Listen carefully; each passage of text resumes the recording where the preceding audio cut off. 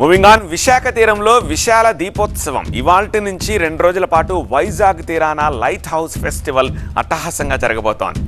సముద్ర తీరంలో ఉండే లైట్ హౌస్ అంటే వెలుగుతూ ఆరిపోతూ ఉండే ఒట్టి స్తంభం మాత్రమే కాదు, కడలి నడి మధ్యలో వేలాది నౌకలకు దారి చూపే ఒక చుక్కాని లాంటిది.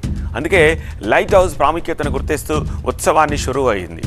కేంద్ర పోర్ట్లు అలాగే నౌకా జల వనరుల మంత్రిత్వ శాఖ ఈ లైట్ హౌస్ ఫెస్టివల్ని స్పాన్సర్ చేస్తోంది.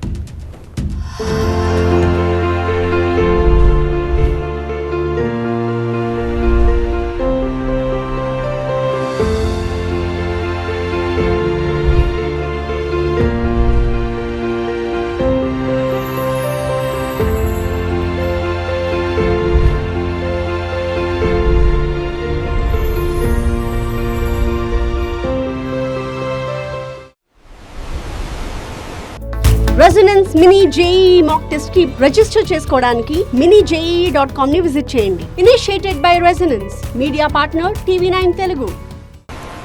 2023లో మొదటిసారిగా గోవా ఫోర్ట్ అగోడా దగ్గర విజయవంతంగా నిర్వహించారు. 2024లో ఒడిశాలోని పూరీ తీరంలో జరిగింది. ఇప్పుడు మన విశాఖలో ఈ లైట్ హౌస్ ఫెస్టివల్ జరుగుతోంది. ఈ లైట్ హౌస్ ఫెస్టివల్ 3.0 కోసం MGM పార్క్లో భారీగా ఏర్పాట్లు జరిగాయి. మరి కాసేపట్లో జరిగే ప్రారంభోత్సవ కార్యక్రమానికి మాజీ ఉపరాష్ట్రపతి వెంకయ్య నాయుడు చీఫ్ గెస్ట్గా రాబోతున్నారు.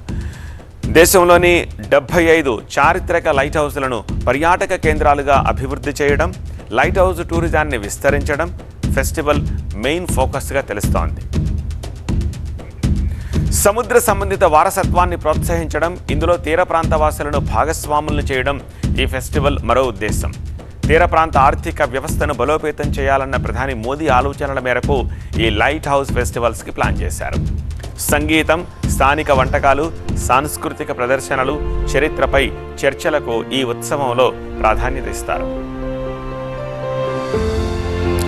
పబ్లిక్ ప్రైవేట్ పార్ట్నర్షిప్ PPP ద్వారా లైట్ హౌస్లను అభివృద్ధి చేసి మన తీర ప్రాంతాల సాంస్కృతిక వైభవాన్ని ప్రపంచానికి పరిచయం చేయాలన్నది షిప్పింగ్ మినిస్ట్రీ ఆలోచన. ఆ దిశగా ఇక్కడ డిబేట్లు కూడా జరుగుతాయి.